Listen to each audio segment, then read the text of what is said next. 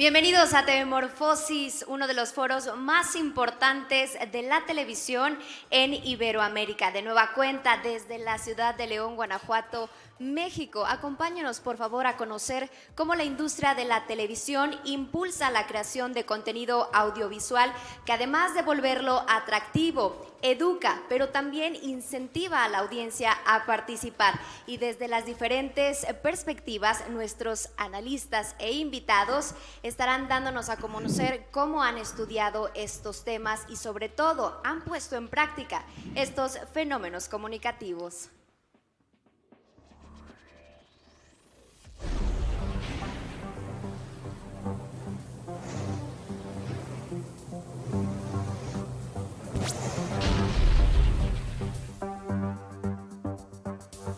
¿Cómo diseñar narrativas inmersivas para el eduentretenimiento? Realizar productos audiovisuales inmersivos que entretengan, sean cautivadores y al mismo tiempo ofrezcan una opción educativa no es una misión sencilla. El entorno actual demanda a los medios contar con protocolos siempre beta y co-creadores de contenido con perfiles más diversos, que puedan pensar desde cero las narrativas multiplataforma de participación activa, mismas que definen las convencionalidades al contar historias.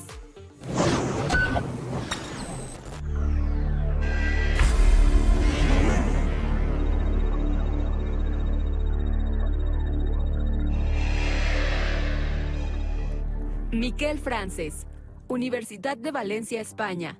Profesor de Comunicación Audiovisual de la Universidad de Valencia. Responsable del taller de audiovisuales y director del máster oficial en contenidos y formatos audiovisuales. Presidente del Grupo de Trabajo de Audiovisuales y Multimedia de CRUE Comunicación de las Universidades Españolas. Actualmente es secretario general de la ATEI.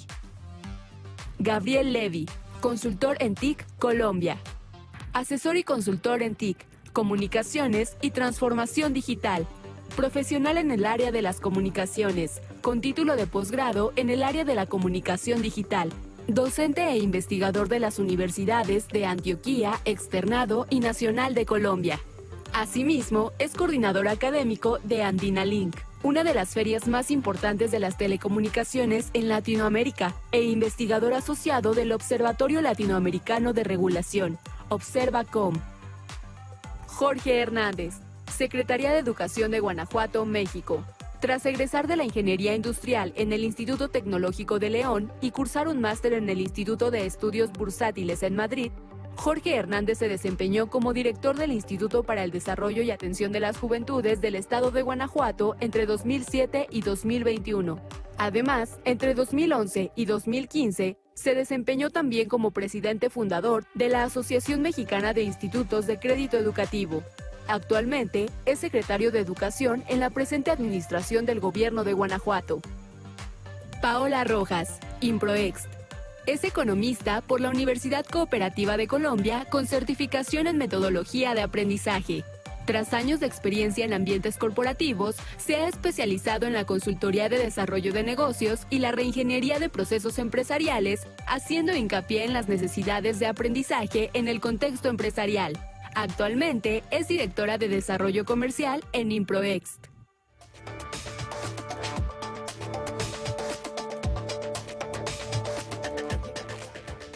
Les recordamos que la participación de ustedes es muy importante para TV Morfosis y a través de ello tenemos listas nuestras redes sociales. En Twitter nos pueden encontrar en @tvmorfosis, @TV4 Guanajuato y muy importante agregar el hashtag TV Morfosis para hacer la reflexión del mismo. Y comencemos entonces con este planteamiento de nuestros invitados que pues comencemos con Miquel para conocer la siguiente pregunta: ¿cómo las narrativas inmersivas han impactado en el tema del eduentretenimiento? Bueno, yo creo que es importante y no desde ahora, es decir, yo creo que desde siempre. Yo soy educador, soy profesor, he ido desde primaria, secundaria, universidad, donde estoy más años, y para mí es un principio en la educación, en la formación, en la medida que debo, cuando no es la misma la educación en un nivel básico o en un nivel infantil que en una universidad, pero en cualquiera de los casos, para que los conceptos, si vamos a la universidad, que son complejos, ¿no?, pues tienes que generar una serie de estrategias y preparar unos contenidos discursivos que son la esencia, ¿no? Me sitúo ahora en un trabajo más universitario. Y entonces deben de tener pues lo que tiene cualquier relato, deben de tener un poquito de suspense, tal, para poder hacer unos gags que en gran medida el alumnado te vaya siguiendo.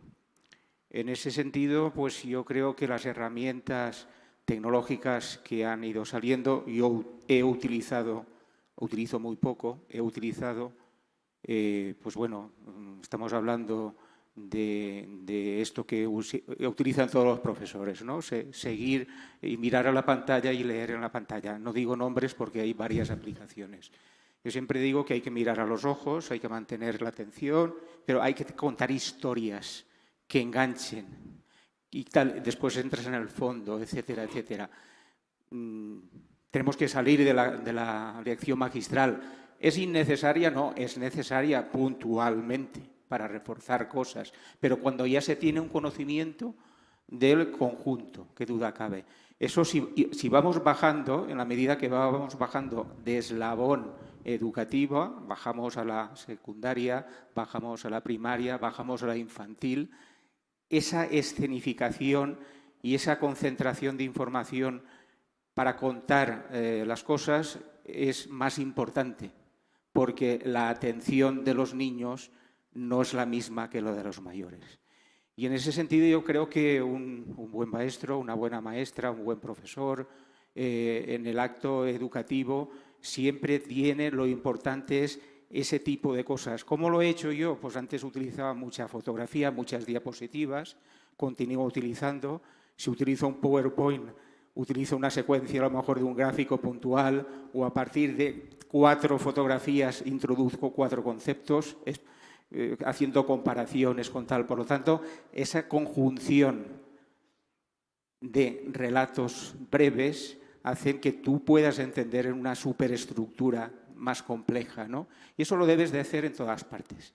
En ese sentido, yo creo que tenemos grandes cadencias y en la medida que vamos subiendo, el hecho didáctico y docente y tal, en los niveles bajos, lo digo por experiencia, porque he ido pasando, los normalistas, aquellos que están en la escuela, ¿no?, enseñando a los alumnos, esas estrategias las tienen, creo que muy consolidadas. En la medida que hemos subiendo hacia arriba, donde investigamos, donde sabemos mucho de muchas cosas, pero a que al final acabamos mirando y que acabamos trabajando con el PowerPoint, dando la espalda a tu interlocutor principal. Eso es negativo, eso es nocivo. Hoy en día pues, hemos subido en la escala de esto, habéis hablado de otros formatos en el sistema educativo y divulgativo, más largos, aquel de 18 minutos, hay más cortos, etcétera. Son recursos que no está mal, pero son recursos en definitiva de concentrar en un relato oral mucha información esencial que nos puede dar una idea conceptos complejos. Y que justo en este parámetro nos mencionabas lo importante que es generar las historias, pero que también estén adheridas a los sentimientos, y que eso es lo que últimamente pues ha ganado y generado audiencia. Por ello le pregunto ahora a Paola, también desde su disciplina, ¿cómo ha impactado estas narrativas inmersivas en el tema del eduentretenimiento? Ok.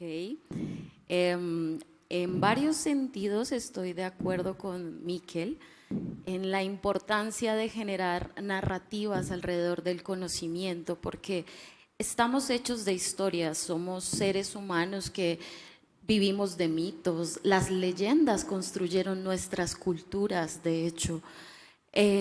Sin embargo, no podemos negar la inminente hiperconectividad en la que estamos hoy en día.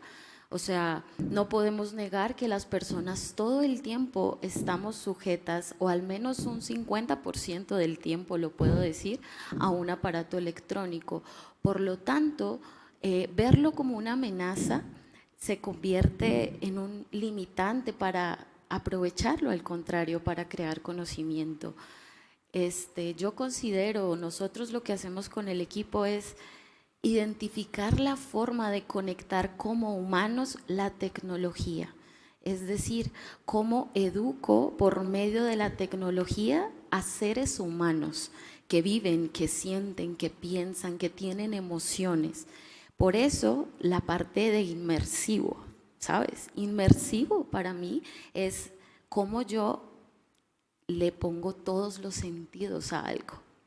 Cómo pongo mi olfato, mi vista, mi gusto, mi tacto para vivir una experiencia. Y la tecnología hoy en día nos permite eso en muchos aspectos. Existe la realidad virtual, realidad aumentada, gamificación en todas sus variantes, existen videojuegos educativos, pero que no serían nada sin esa narrativa detrás.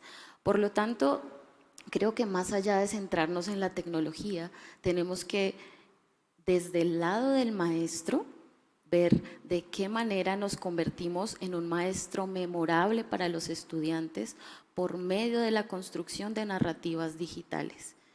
Yo me pregunto, ¿en dónde está la ética profesional de los maestros que construyen educación virtual? Eso va más allá del medio. Como les digo, los medios hay muchos. Incluso puedes hacer aparecer un entorno 100% digital aquí, pero que no tendría ningún sentido si tú no quieres de verdad impactar positivamente la vida de las personas.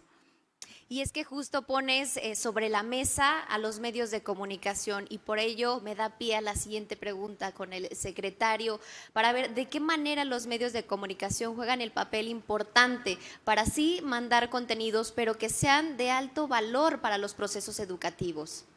Fíjate que venimos saliendo justamente de una etapa donde los medios de comunicación salvaron esta crisis pandémica. Si hoy juzgamos cuál fue su papel, pues fue un papel de altísimo valor. Después de 2 años, esta misma pregunta hace 2 años creo que se hubiera respondido un poquito diferente.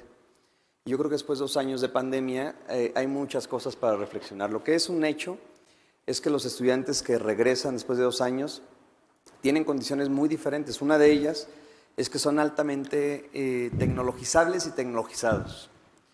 Esta cualidad tiene un debate. Yo no la podría juzgar hoy como buena o como mala. Tenemos, acabo de leer un estudio, en promedio niños de secundaria en adelante, 8 horas de pantalla. Esto puede preocupar desde mi función como secretario y desde mi papel como padre de familia. Definitivamente tenemos que generar nuevas discusiones y nuevos juicios de cómo lograremos, como bien decía Paola, que esa persona humana aproveche todos estos medios que han puesto los medios de comunicación tradicionales y alternativos al uso de la educación, pero que no podríamos dejar de mirarnos a los ojos. Hoy en Guanajuato, en México, en el mundo, la crisis más importante que estamos viviendo es la crisis socioemocional de los niños que se dejaron de ver. No pueden dejarse de ver, no pueden dejar de convivir.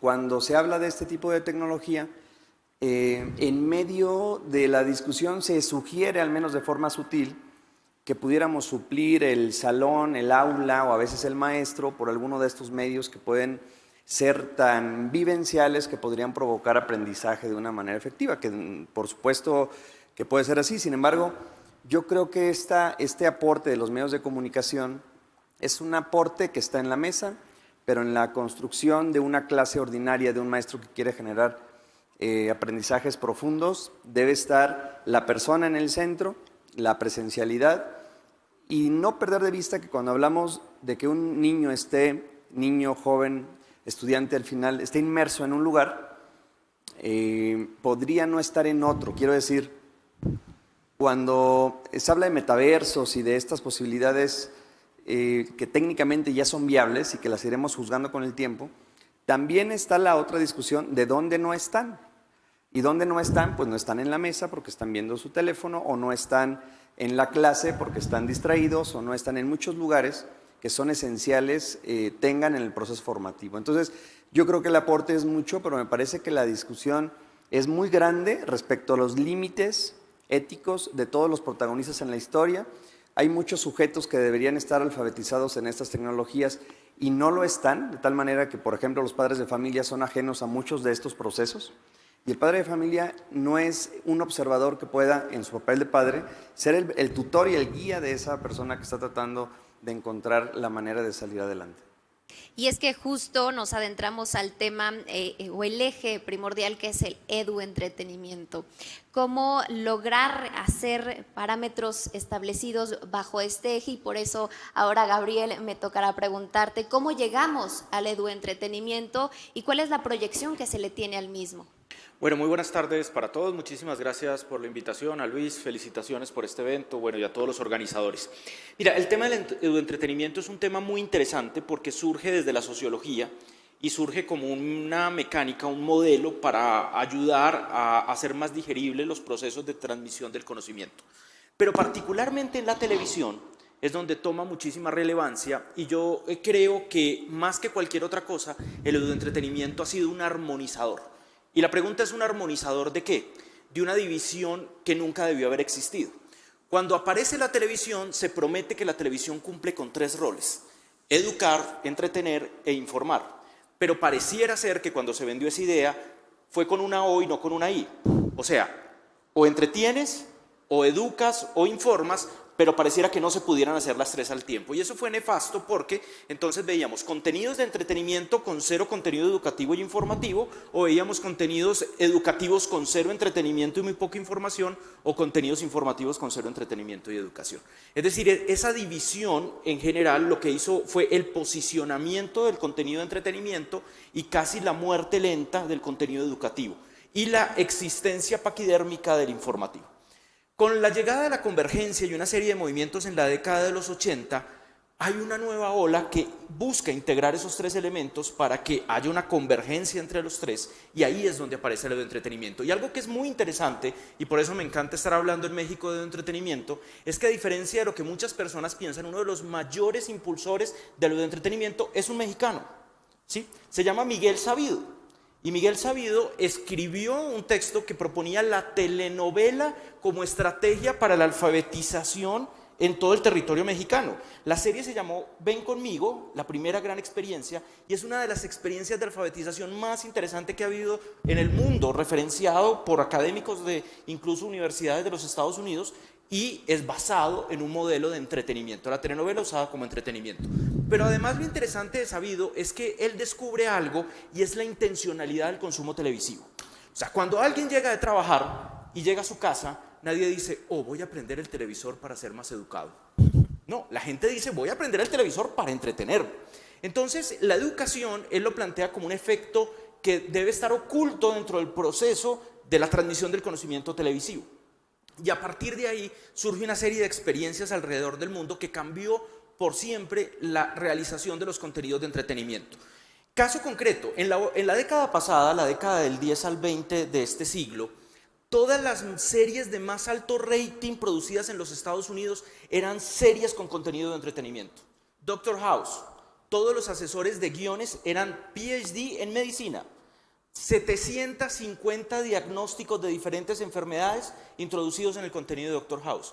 The Big Bang Theory, una apuesta de Chuck Lorre por hacer un contenido el más difícil de todos, que era la física. Es el tema más odiado en las escuelas en los Estados Unidos y crea una serie para enseñar física, que es The Big Bang Theory. Con cada conversación entre Leonard, Penny, Sheldon, la gente aprendió de física. Y la Universidad de Stanford hizo un estudio con 100 estudiantes de último año de secundaria. Los clasificó, 50 que vieron The Big Bang Theory y 50 que no la vio, sobre la apropiación de conocimientos de física. Los 50 que vieron la serie desarrollaron 3 veces más competencias en conocimientos teóricos de física que los que no la vieron. Y en ninguna parte decían, oh, ve The Big Bang Theory para que te eduques. No, era una serie tremendamente entretenida que tenía como segundo plano el concepto de entretenimiento. A partir de ahí surge toda una corriente, y ahí te respondo para finalizar mi intervención, las nuevas tendencias, la proyección. Vemos que hay toda una serie de nuevas tendencias en el medio digital, TikTok, Instagram, en donde más allá de la frivolidad aparecen booktubers, youtubers recomendando libros, o aparece, que lo tuvimos hace un rato en un panel, un proyecto como Ahora Entiendo, donde de manera didáctica le explican a gente qué es lo que está pasando en el mundo. Eso es entretenimiento puro, pero también vemos que los tiktokers que más triunfan no son necesariamente los más frívolos. Te enseñan a cocinar, te enseñan a organizar la ropa, te enseñan a mejorar tus relaciones interpersonales, te enseñan inglés. Eso es entretenimiento. Entonces yo diría que llegamos al clímax del entretenimiento, en donde el concepto de educación, información y entretenimiento se combinan de manera armoniosa. Pareciera ser que esta nueva generación ya tiene intrínsecamente las competencias para producir ese tipo de contenido que es atractivo, que es emocionante, que, como lo decía Miquel, cuenta una historia, cuenta un relato bien contado, pero que de fondo lo que hace es mejorar competencias, conocimientos en ciertas áreas y ciertos temas. Entonces yo creo que pasamos de la televisión a los medios digitales de una manera muy armoniosa, y estamos en una de las etapas más bonitas y donde mayores posibilidades hay para analizar el entretenimiento. Bien, pues aprovecho esta primera ronda para nuevamente hacer la mención a las redes sociales. En Twitter estamos listos para recibir sus dudas, quietudes y opiniones a través de @tvmorfosis, @tv4 Guanajuato, y no olviden agregar el hashtag tvmorfosis para hacer la reflexión del mismo. Y justo ya tenemos nuestros primeros comentarios, preguntas generales que hacen para nuestros invitados. Uno de ellos es: ¿podemos distinguir lo que nos ofrecen los medios de comunicación en la educación y lo que nos ofrecen las nuevas tecnologías de información, o se pueden transmitir los mismos contenidos y hacer las mismas actividades escolares en ambas? Bueno, yo, con tu permiso, me gustaría aportar a esta pregunta en que el formato por el cual se transmite el conocimiento no puede ser casualidad.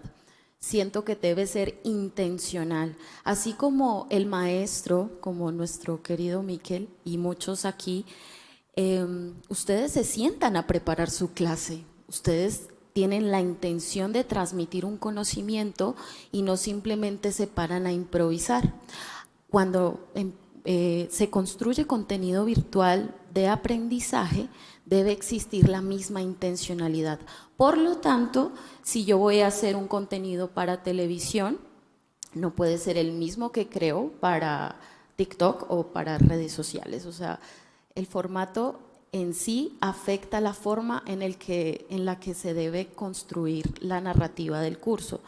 Y en cierta manera te da la libertad. Esa es la maravilla de la tecnología, que dependiendo de lo que quieras comunicar, lo que quieras transmitir, puedes utilizar las herramientas que tiene el mercado para ti. Tiene que ser diferente. Miquel, y si me permites, podemos pasar a la siguiente mensaje que nos hacen llegar en redes sociales, que es la siguiente: ¿cómo educar con la tecnología si la mayor parte de los habitantes de América Latina no tienen acceso a un computador y, por supuesto, a un smartphone o a la banda ancha? ¿El futuro educacional segrega, o cuál sería el reto para ser incluyentes? Bueno, esa es una solución muy compleja que depende de muchísimos organismos, ¿no? Y de instituciones, por supuesto, porque entramos en el mundo de las brechas, ¿no? Y de las desigualdades. Eso es así, ¿eh?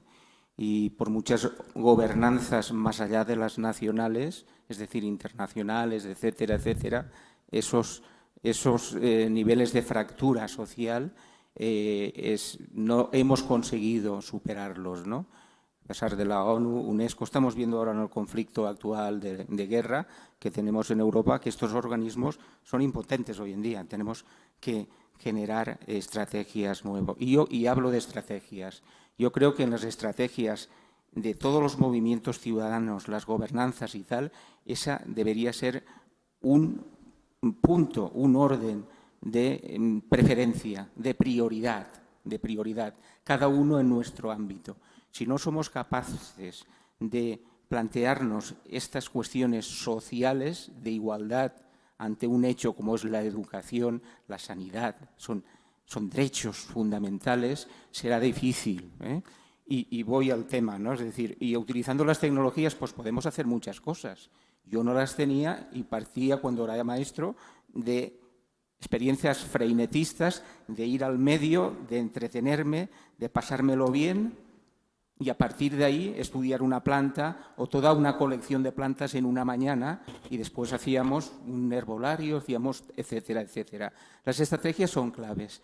Es tan importante porque un maestro, un profesor, un investigador sabía en la teoría. Lo importante es la estrategia y en esa estrategia está el uso de los medios. Hoy en día, desde la escolarización primaria hasta arriba, hay muchos ya, y sobre todo en secundaria, TikToks y demás, que se puede hacer un excelente uso. En Telegram se puede hacer un excelente uso, generando una serie de contenidos.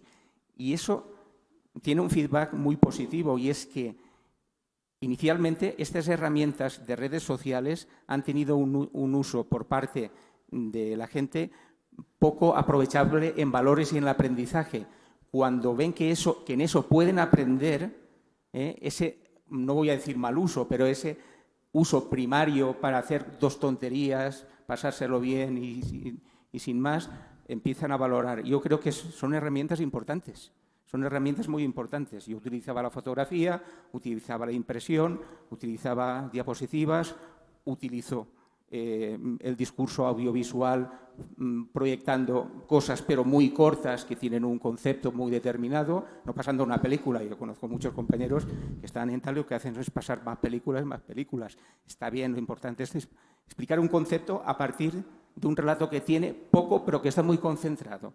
¿Cómo se genera la tensión narrativa en un drama? Pues muy fácil, pero una comedia ya es más difícil, ¿no? Pero es posible, ¿eh? ¿Y cómo se genera un gag? ¿Qué hay antes y qué hay después? Eso, en 3 minutos pasas una cosa. El trabajo del profesor es de las estrategias y buscarse ese material. Hoy en día tenemos aulas virtuales, que vamos ahí a un banco de imágenes y tal. Quiero que las tecnologías en ese sentido, tal. Pero tienen que ser tecnologías que interactiven, no tecnologías pasivas. Porque si yo tengo una tecnología pasiva y paso un MOOC, ¿no? Y mira qué tal, pues un MOOC es un PowerPoint en versión audiovisual. ¿Qué vale ahí? ¿Hay interacción? ¿Hay preguntas? No las hay. Por lo tanto, estrategias en la aplicación de las tecnologías. Y es que justo la parte medular es hacer la conexión con la propia audiencia para poder generar este contenido y sí, hacerlo más atractivo. Y agradecemos mucho a la audiencia que nos hace llegar estos comentarios y preguntas a través de Twitter. Vamos a leer el siguiente comentario, pregunta en general, y esta va dirigida para el secretario. Y es ¿cómo puede mejorar el eduentretenimiento la calidad educativa? Muchas gracias por la pregunta, Tania Sánchez. Yo creo que de una manera muy relevante, cuando hemos hablado de impactar con una narrativa, al final hoy nos encontramos, y vuelvo al tema de los niños con 2 años después de COVID, no es fácil llamar su atención. Hoy tenemos que ser mucho más creativos para que los maestros de verdad, en el poco tiempo, porque estamos teniendo problemas de concentración importantes, en el poco tiempo de concentración podamos jalar la atención y con ello transmitir un mensaje corto y después posiblemente desglosar. Hoy tenemos la necesidad, decía yo, de recuperarlos en muchos sentidos. Y entonces el maestro, la maestra, el educador se convierte también en un inspirador, en un guía, en una persona que debe ganar el crédito de la persona que está escuchándole. Hoy definitivamente estas tecnologías, y me regreso a lo mejor un poquito a la pregunta pasada, cuando se habla de brecha digital, Sí la hay, claro que sí, América Latina tiene problemas complejos en el tema. Sin embargo, es más fácil superar la brecha digital de un teléfono con datos, conectividad, que superar las posibilidades que tenía esa persona antes de tener ese teléfono. Quiero decir, es más fácil que compre un teléfono a que construyan la carretera que lo lleva a la universidad. Es más fácil que la familia pueda agregar un plan de datos a que esa familia tenga el recurso suficiente para acceder a los recursos educativos que de otra manera no serían asequibles. Finalmente, entonces, es un concepto bipolar porque definitivamente podría haber una brecha, una distancia entre la persona y la tecnología, pero también es cierto que una vez teniéndola, es un espacio democratizador. Es el espacio donde todos pueden estar igual. De hecho, en México, en Latinoamérica, en ciertos países, ahora en pandemia, una de las cosas que se perdió fue la privacidad. Y al no tener privacidad, el espacio donde se sentían confortables era justamente estos primeros metaversos, estos espacios físicos donde podían convivir con otra persona.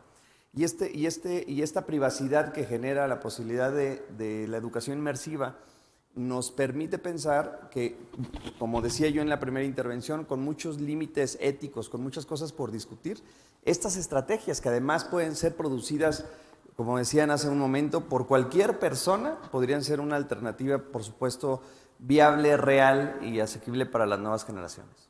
Bien, pues vamos a darle continuidad a las preguntas, dudas e inquietudes que nos siguen llegando. Gracias nuevamente por hacer la reflexión bajo este programa de televisión TV Morfosis. Y el siguiente es de Gabriela, quien nos pregunta, ¿qué tanto ayuda sobre todo a los estudiantes tener un sistema de entretenimiento en las aulas? Adelante, Gabriel, por favor. Sí, la pregunta es muy buena. En realidad es fundamental. Vemos hoy en día que esta generación es una generación que consume multimedia, que consume una oferta de texto, audio, video, pero que quiere tener además un rol activo en la creación del contenido. ¿Por qué? Porque la lógica de los medios sociales es promover esa interacción, ese prosumo y esa co-creación entre los diferentes agentes de la cadena de consumo de los mismos medios.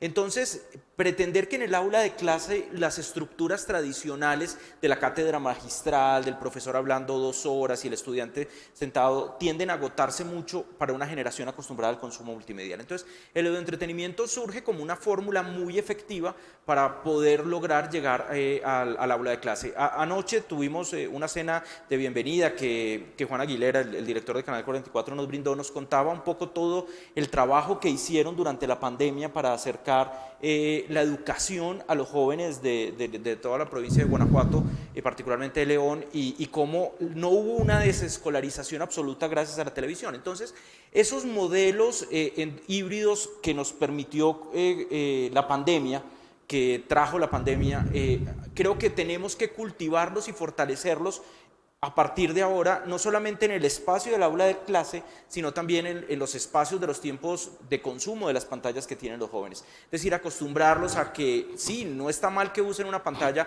pero ¿cuál es el contenido que consumes? ¿No? Entonces los padres hacer un seguimiento, bueno, mira, sigue a este TikToker que da buenos contenidos, este te aporta, o sea, haber un acompañamiento, una mediación, así como hablamos en su momento de la mediación para el consumo televisivo, también que existe una mediación para el consumo de plataformas digitales. Y en el caso como lo mencionaba muy bien el secretario Jorge, donde no hay, por ejemplo, una cobertura de internet por razones de brecha digital, pues promover el consumo de televisión educativa, de televisión pública, que tiene una oferta de entretenimiento muy amplia, para que en esos espacios muertos, pues simplemente prendiendo la televisión, que es gratuita, que ya en México está totalmente digitalizada con la TDT, pues pueda acceder a contenidos educativos de calidad. Entonces creo que juega un rol preponderante y finalmente se traduce en mejora de las competencias, conocimientos, aptitudes de los jóvenes, que son pues la mano de obra del futuro, los científicos del futuro, los profesionales del futuro. Entonces estas herramientas ayudan a que se formen y sean competitivos en un mercado que cada vez exige más y más. Y aparte un mercado en el donde debemos ajustar las balanzas para poder ser equitativos y crear estos contenidos con gran profundidad. Tenemos otra pregunta para Miquel y en ese sentido es ¿de qué manera se pueden mezclar los lenguajes audiovisuales con los avances en las comunicaciones y la propia naturaleza para brindar competencias efectivas a las audiencias? Bien, yo creo que cada vez en ese sentido estamos en el buen camino. Cada vez hacemos más contenidos transmediales. De un mismo tema hacemos guiones, hacemos un guión, ¿no?, macro inicial, pero después, si vamos a hacer unas píldoras para redes sociales, marcamos unas pautas y exprimimos el limón y cogemos más la esencia para que lo fundamental esté ahí. Si hacemos un podcast, también hacemos otro relato que es el propiamente oral. Tenemos que trabajar bien ese podcast. Y si hacemos una píldora audiovisual, un pequeño formato, tal, tenemos que guionizar y eso está bien. Eso tiene un problema y el problema es que el sistema educativo como tal, bueno, tal vez que ahora, como bien comentaba aquí el secretario, la COVID nos ha hecho que contestemos a eso y que de alguna manera seamos más propicios, estemos más abiertos a ese tipo de cosas, tanto por el alumno como por el profesor. Pero en cualquier caso, el proceso de aprendizaje del profesor, o sea, el profesor, tiene que aprender de técnicas, de nuevas rutinas de aprendizaje que van a ser cada vez más otras, ¿no? Y ese preparar unos apuntes, ¿no?, aquellos apuntes de hace tiempo, hoy en día es preparar una píldora, preparar una situación de tal, pero no solo preparar cuestiones digitales, sino porque, y ahí entramos en otra fractura, es decir, en la medida que vamos avanzando en lo virtual, nos vamos alejando del mundo real. Y la enseñanza, ya la enseñanza toda en general, pero tal vez la superior, se aleja más de la sociedad. Y después preparamos a los profesionales, pues tenemos que ir a la realidad.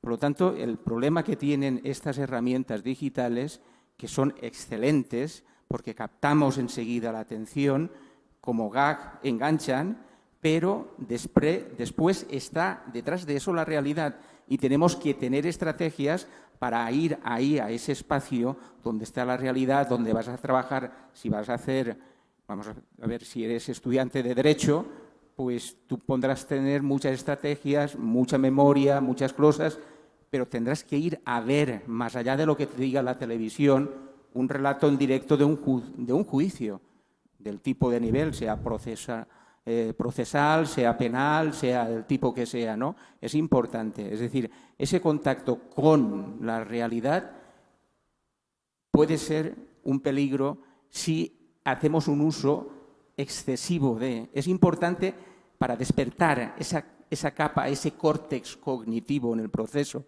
de aprendizaje, para activarlo, para generar fortalezas en las habilidades. Porque al final, si no aprendemos y tenemos una habilidad, se va, todo lo que tienes es memoria, se pierde, no vale para nada. Y las habilidades se aprenden pisando tierra, estando en la realidad. Ojo, porque el gran peligro de esto, y no lo voy a decir como una amenaza, no, y mucho menos, pero que tenemos que hacer esa enseñanza híbrida, en donde lo virtual se compagina con el mundo real. Si nos estamos enseñando en un país, no estamos pisando tierra, y cuando vayan a la calle a ejecutar su primer trabajo, dirán, bueno, pero ¿y esto cómo es? Importante. Y que justo de ahí debemos estar aprendiendo para evitar caer en estos errores que generen obviamente lo que no queremos. Y vamos a darle continuidad. Nos siguen llegando preguntas de la audiencia a través de las redes sociales y vamos con la primera de Rafael Márquez, quien nos dice: ¿cómo crear contenidos eficaces para lograr el propósito del proyecto al competir con la creciente oferta digital que atrapa a la mayoría de los usuarios?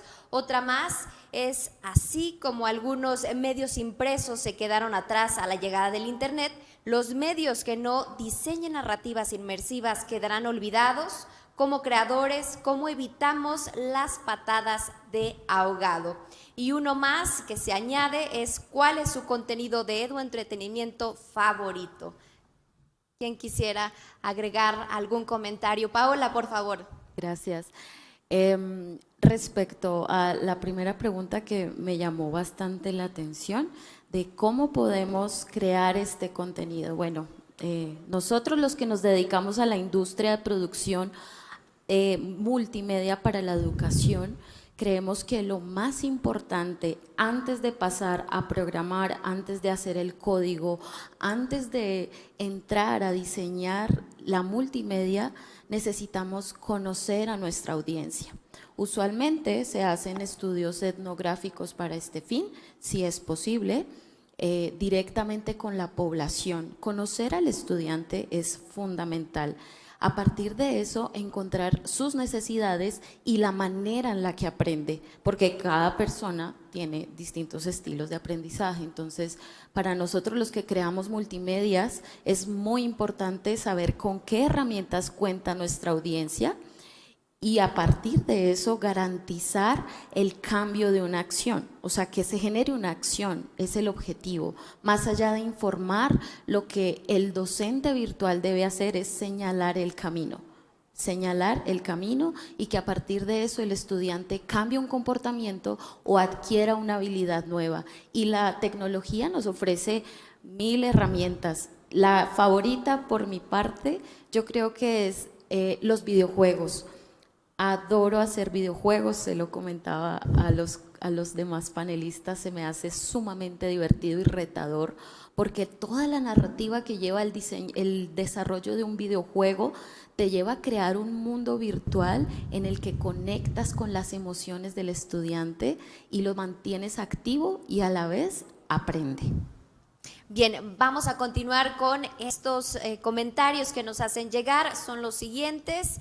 Y tenemos cómo implementar en la formación docente el tema de la creación de contenidos para eduentretenimiento. Agradecemos a América Martínez y Miguel Caudillo. ¿Cómo podría pasar de ser algo malo a algo bueno el hecho de que los estudiantes pasen más tiempo en las pantallas tras la pantalla? Yo creo que este es un tema principal para el secretario. Sí, muy buenos comentarios de América y de Miguel, ambos. En el primero, decía yo al principio que tenemos mucho por alfabetizar. Hay muchas poblaciones que para que esta línea emergente de conocimiento florezca, seguramente estaremos hablando de varios años para que esto, y solamente, digo, tal vez 4 o 5 años, anteriormente se hablaba de décadas, hoy creo que esto se podría apropiar de una manera muy rápida.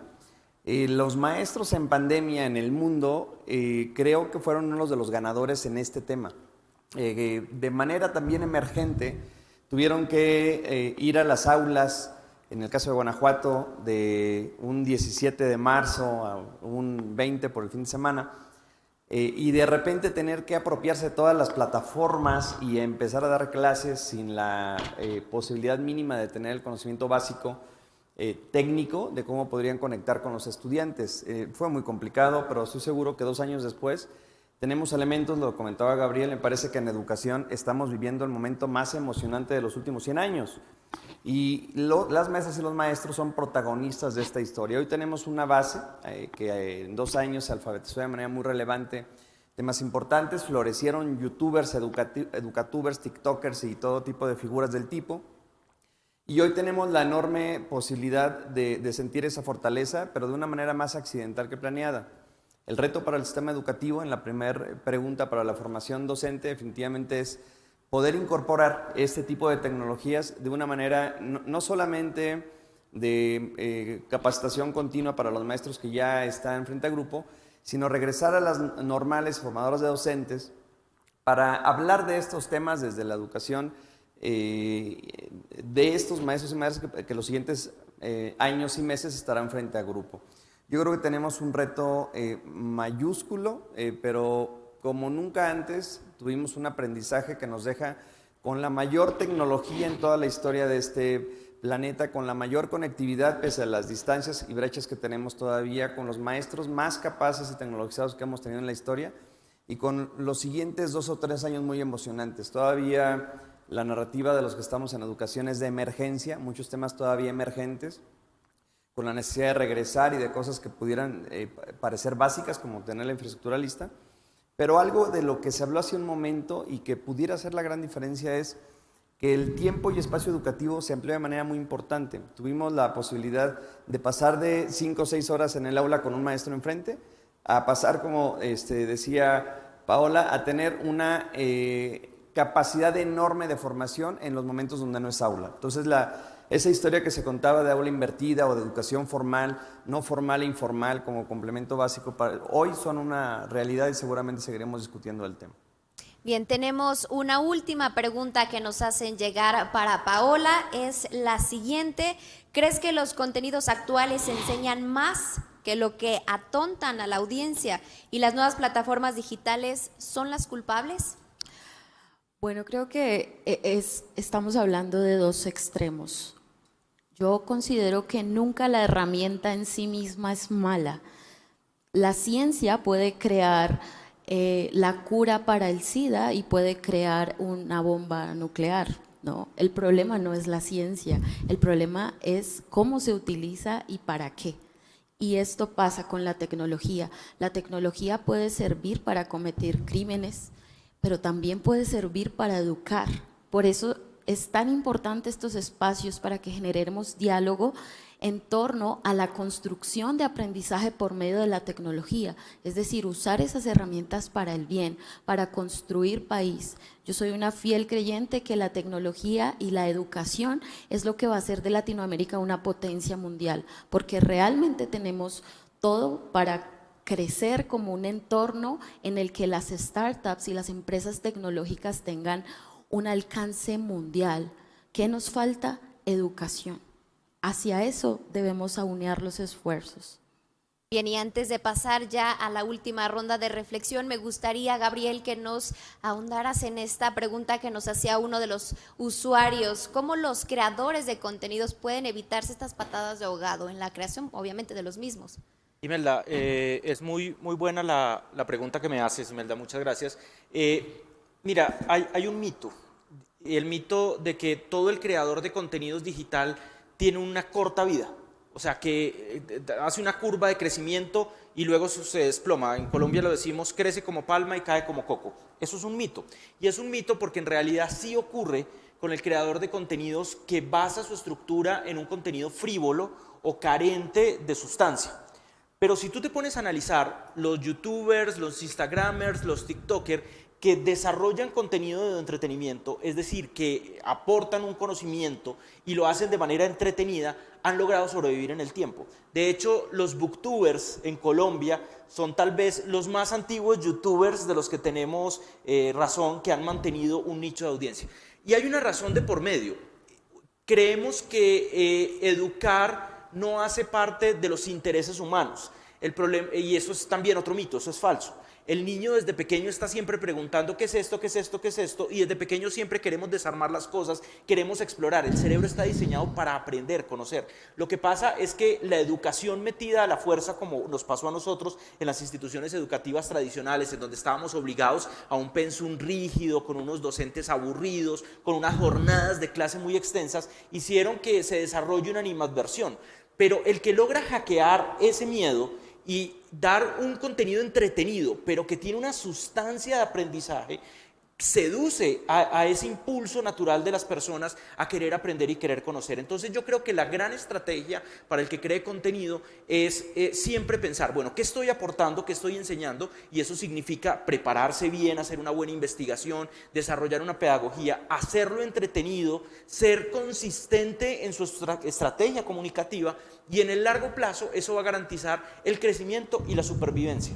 En últimas, finalmente, y creo que es algo muy positivo, el medio digital, si bien pareciera ser muy frívolo, lo que termina favoreciendo es a quien hace un aporte real en conocimiento, y eso lo pueden revisar en cualquier red social, que realmente el que sobrevive es el que aporta. Por ejemplo, los blogueros o los youtubers de viajes que viajan por el mundo contando la cultura, lo que sucede, los que mejor se preparan son los que más sobreviven.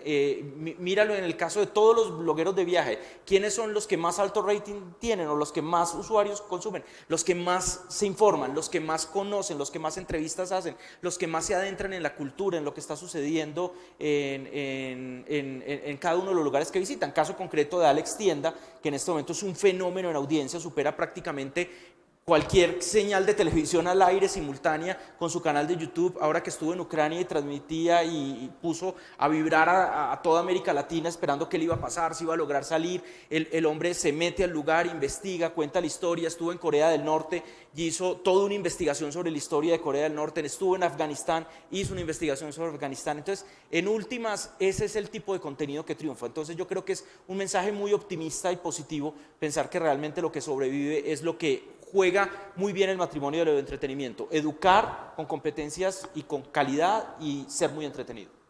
Bien, pues ya estamos llegando a la recta final de este programa TV Morfosis y por ello le pido a cada uno de nuestros invitados nos regalen una conclusión final y breve. Tenemos 1 minuto y medio para cada uno. Comenzamos contigo, Paola. Adelante, por favor. Gracias. Bueno, de esta conversación bastante interesante, creo que nos queda por delante un reto a todas las personas que creamos conocimiento y generamos aprendizaje para distintos entornos, y es conectar con el ser, traer el ser a la conversación. En ImproEx tenemos una frase que nos gusta mucho y es aprender en vivo porque estamos vivos. No diseñamos tecnología para robots, sino para seres humanos. Y creo que ese es nuestro reto y tenemos muchas herramientas hoy en día para lograrlo. Grandes pedagogos que están dispuestos a aprender de tecnología, que están dispuestos a dar lo mejor de sí para construir país por medio de aplicar la tecnología a las aulas. Bien, gracias. Gabriel, tu turno, tu conclusión, por favor.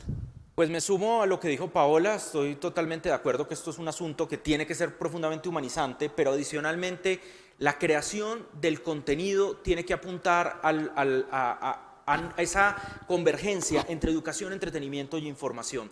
La forma y la fondo juegan un rol muy importante. Y finalmente, como lo decía ahora, triunfa el contenido de calidad, el contenido que aporta, el contenido que es emocionante, que permite estimular el descubrimiento humano. Todo lo que nos motive a conocer, a aprender, a sentirnos curiosos, a retomar esa curiosidad infantil, es el contenido que más triunfa en todas las plataformas digitales. Claro que hay muchas otras variables importantes, aprender a conocer un algoritmo, aprender a decirlo en el lenguaje nativo de cada red. Probablemente en TikTok sea mejor si lo dices bailando y si lo dices de manera corta, a propósito de este foro que habla de la era de la brevedad, etcétera.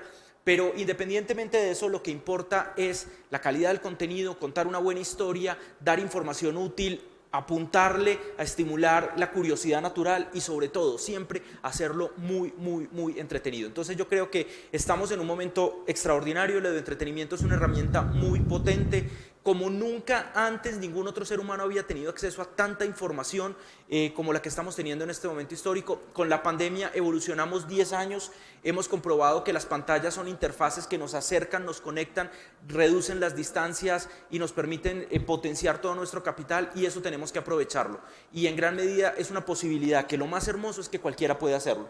Ya no es un privilegio de unos pocos tener un medio de comunicación, sino que prácticamente cualquiera puede comunicar en masas y hacer un gran aporte a la educación y al conocimiento simplemente creando una cuenta en un medio social. Entonces hay que aprovechar esa oportunidad que no ha tenido ningún otro ser humano que haya poblado en otro momento histórico el planeta Tierra. Es un privilegio que nosotros tenemos y que debemos aprovechar. Bien, gracias. Su turno, secretario, por favor. Coincido ampliamente con las reflexiones pasadas. Yo creo que tenemos yo diría 3 cosas. Una oportunidad tremenda de reflexionar sobre estos temas. Segundo, yo creo que estamos tratando de estacionarnos en un siguiente momento de la educación. Me parece que los siguientes 5 años serán decisivos para platicar cómo la pandemia nos cambió en términos educativos. Hay que aprovecharlos de manera profunda.